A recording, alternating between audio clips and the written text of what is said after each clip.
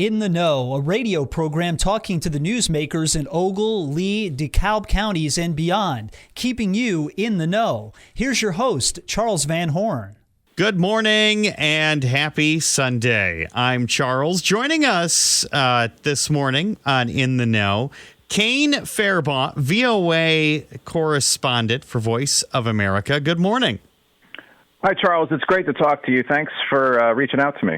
You have had a long career covering international and national politics, but the reason why we have you on this morning is this past weekend, the passing of former President Jimmy Carter at the age of 100, and you have spent quite a bit of time with President Carter and his family. First off, let's just sort of go back a bit. When did you first meet President Carter? Well, it was when he was on the 2006 Palestine Peace Not Apartheid book tour. That was a book that he wrote about the situation in the Middle East between Israel and Palestine at that moment, and it was controversial because he used the term apartheid to describe the condition in which he felt the Israelis were treating the Palestinians at that moment in time. And obviously it was of international interest, and I reached out to see if he'd be willing to come to our New York studios at Voice of America to do an interview, and his staff responded and said he would love to, but he can't do it in New York. Could we go to Chicago? So I was working in Chicago at the time, and then flew to New York to do the interview with him. I was in New York at the time, flew to Chicago to do the interview with him, and it was during the filming of the documentary Man from Plains. Jonathan Demme, the Oscar award-winning director, was filming a documentary about Jimmy Carter called Man from Plains, and they wanted to film my interview with him, among others. And so not only was it my first time interviewing a former president, sitting down with Jimmy Carter, but it was also in the maelstrom of them producing this, documentary. There was a lot of hoops to jump through, a lot of obstacles. In the end, the crazy part about this is there was so much they filmed and so much they did, and none of my interview with Carter made it to their documentary. That's the way it goes. President Carter served one term in a tumultuous time with international politics sort of even steering domestic politics in regards to the Iranian hostages, never mind the economic turmoils of the time as well, caused by oil and fuel prices. President Carter had a very difficult presidency. Is his presidency as difficult as others in recent memory? Do you have to, it's kind of tough to, in retrospect, look at what President Carter had to deal with those 4 years. Do you think that his time in office was effective? Were there things that maybe the Carter administration should have done better? What's the Monday morning quarterback now as we look back on everything 40 some years later? Well, I was born during Jimmy Carter's presidency, and I can't really say that I was someone who had to live through the economic turmoil that existed during his presidency. However, because I cover him and because I've been a student of understanding that time in history because of my connection to him, it is rewarding for me to see Jimmy Carter lived long enough to see a complete reevaluation of his presidency. He was considered a failed one-term president when he was defeated by Ronald Reagan in 1981, and he returned to Plains, Georgia, depressed and overwhelmed by his landslide loss to Reagan. And it wasn't probably until at least the last 10 or 15 years when a slew of documentaries and books that have been written about him have sort of really dove into his presidency and reevaluated it. And people have come to the conclusion, historians and authors have come to the conclusion, that Jimmy Carter had one of the most consequential one-term presidencies in the history of the presidency. He was able to do a lot in his 4 years as president, and that included one of the most consequential pieces of environmental legislation, the Alaska National Lands Act, which preserved millions of acres of land in Alaska, and it is one of the most consequential pieces of environmental legislation since the creation of the national park system, really. But further to that, there's things that people just don't really understand that Jimmy Carter was responsible for. He reformed the federal government and streamlined the operations of the government. And he did that. He also created the Department of Education, and he also created the Department of Energy. Jimmy Carter deregulated the airline industry, deregulated the craft brewing and beer industry, which enabled this prolific explosion of craft breweries, including many that we see around this area. That's thanks to legislation by Jimmy Carter. And his brothers. Yes, right, yes. The Billy Beer. But, everybody knows that Jimmy Carter was also the architect of the Camp David Peace Accords, which has created the only lasting and durable peace treaty in the Middle East, and that's between Israel and Egypt. And he was also the person responsible for normalizing relations with China. Everybody thinks Nixon went to China and did that, but it wasn't Nixon who actually established relations with China, the People's Republic of China. It was Jimmy Carter. And, these are things that we all benefit from today in society, the environmental legislation, the deregulation. We're able to buy a lot of goods and do things today with things that exist in our homes because of the diplomatic relations he established with China. And all of that was overshadowed because people were focused on the TV set during the 1970s about the Iran hostage crisis and high inflation and fuel lines. But really, at the end of it, in the final analysis, I think people, and certainly those who care enough to study this, will look back and now look on Jimmy Carter's presidency as not a failed one, but a perhaps successful one, and certainly a consequential one. If there's one thing everybody can agree on both sides of the aisle, it's that President Carter really changed what an ex-president does.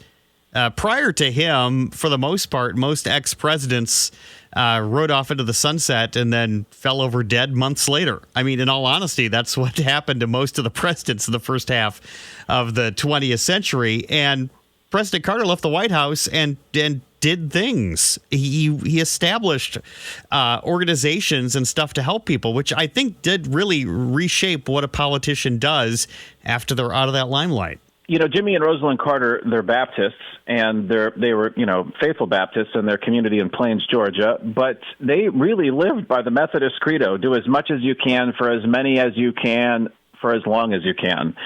And boy, nobody did it longer than Jimmy Carter. I mean, by virtue of the fact that he was able to live as long as he did and, almost 5 decades outside the White House after he was president.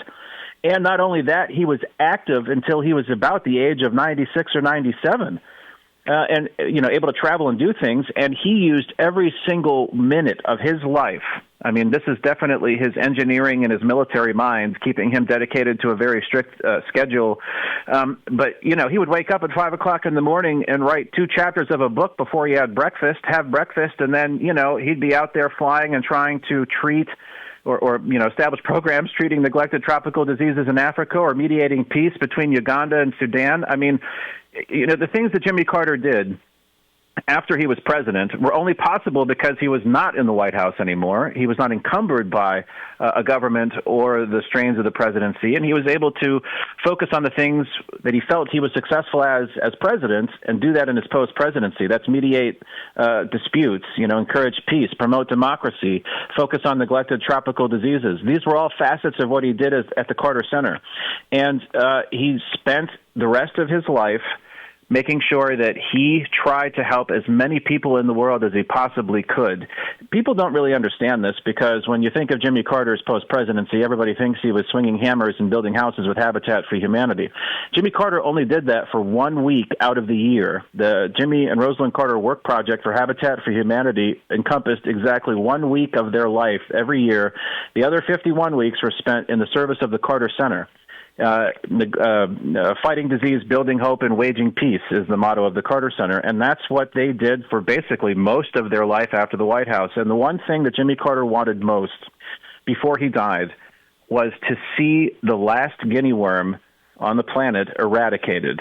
In 2015, when he had life-threatening brain cancer, I was at the press conference, and he told me, he said that he wanted the last guinea worm to die before he did.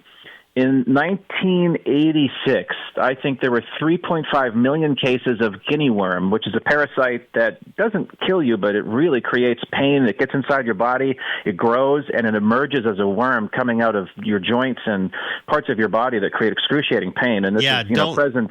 don't look it up on the internet. Just save yourself the hassle. But I mean, this exists in places near the equator and in tropical locations, and so there were 3.5 million cases of it in the middle of the 1980s. Today, right now, as we talk, there are less than a dozen cases on the planet, and it is on the verge of being eradicated. It didn't actually happen in Jimmy Carter's lifetime. It almost did. It's remarkable to go from 3.5 million cases to less than a dozen, but the reason why this is remarkable, there has only been one disease in the history of the planet ever eradicated, and that was smallpox in the 1970s, and that was done by vaccination and treatment. If and when guinea worm is eradicated, it will only be the second disease in human history eradicated, and it will be the first done by prevention of transmission of the disease. And that's remarkable. And that's because the Carter Center and because of Jimmy Carter's efforts have gone out there to educate people on how to prevent infections and went out and did the work in all these villages in Africa and South Asia and places where it was endemic, and they've successfully stopped transmission of that disease.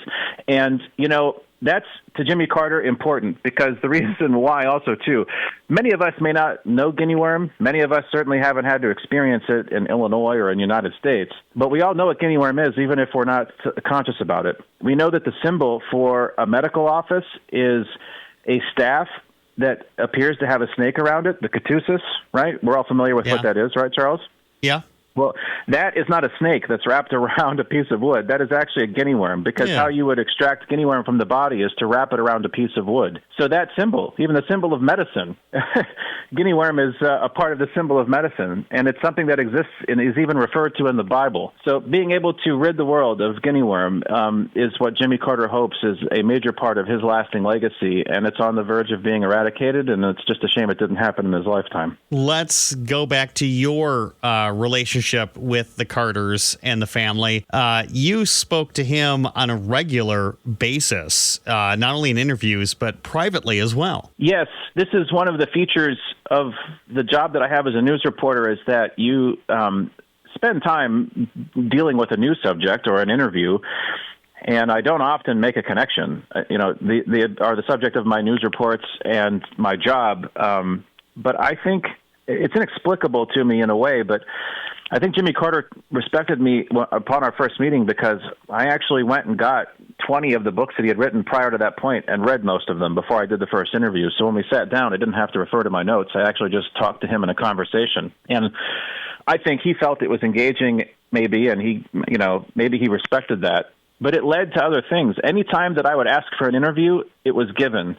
And I never had an interview request denied. But also, too, they would reach out to us to ask if it would be possible to do an interview, and we also, in kind, interviewed him all the time. But in the course of doing that, and I'll share one instance if I can with you. In 2008, Jimmy Carter was on a book tour to promote the book he wrote about his mother called A Remarkable Mother. I had only met him 2 years previous, but I think that would be my third or fourth interview with him at that point. And my wife and my son and I were in a very, very bad car accident about 2 months prior to that point when I did the interview. And I was initially supposed to go to Nepal to cover the Carter Center's election monitoring trip to Nepal, where Jimmy Carter was going to be a part of the delegation that would monitor the elections in that country. And I was hoping to do some, embedding with them to sort of, follow them and cover this. Well, that accident changed I was not hurt in the accident, but my wife and my son were hurt in the accident, and so I couldn't go on that trip. My wife and my son recovered fully, but it was a traumatic experience. And when I sat down to interview him for that interview in 2008, before we even started, he came up to me and he said, "Kane, I just want you to know that we're all thinking about Joanne and Lucas, and that we just want you to know that when we heard about what happened, we were praying for you, and that how are they doing now?" And I almost couldn't start the interview because I was choking up, right? And first of all, how did he even know my wife's name and my son's name, let alone the circumstances about what we had just been through several months before? And perhaps one of his staff told him, right? But he reached out. He cared enough about me to make sure that I understood that he was thinking about me and my family. And I think that for me was the beginning of the signal in which I probably had more of a relationship with him than I appreciated. And it wasn't until maybe 2015 I was doing an interview with him in Chicago at the University of Chicago, and we were sitting down, and my son Lucas, now this age, I think he's like 7 years old at this point, he's there for the interview, and Jimmy Carter sees him sitting in the background, and he goes, "Is that Lucas over there?" And he goes, "Come here, Lucas. I want to shake your hand." He goes, "Your dad is one of my best friends, and I just wanted to ask you, is your dad a good dad?" And it was at that moment I realized, Jimmy Carter considers me a friend, and I guess he is also a friend of mine. And from that point forward, I think the relationship became more endearing. And I was invited to do panel discussions in which I would help, Jimmy Carter, talk about the programs of the Carter Center, and I would help other Carter Center staff talk about programs of the Carter Center. He would invite us to Carter Center events. His staff would invite us to Carter Center events, and eventually we became part of fundraising events that would be in Plains, as well as fishing trips at his pond and dinners down there. And we'd go. Actually, one of the coolest moments that we had is we spent Easter Sunday morning with he and Rosalind at a sunrise service with like 15 of us outside the Baptist church, and it was we had breakfast as well with them. It was just an incredible experience, and it's just one of many memorable moments. And normally you don't get close to an interview subject or the subject of your news reports like that, but we did, and he came to know our entire family, and so did Mrs. Carter, and it was just such a rewarding experience, and it's something I hope my kids will treasure the rest of their life, and I certainly will treasure it the rest of my life. Kane Farabaugh, Voice of America correspondent and friend of the late President Jimmy Carter. Busy week ahead of you, of course, with the state funeral and things like that. So wishing you and yours the best of luck in this difficult time, and thank you for joining us. I appreciate all of it, Charles. Thank you so much for your interest, and thanks for your support and sharing the journey along the way with me. Thank you for listening to this week's In the Know. The program returns next week at this time with another great conversation with someone from your community.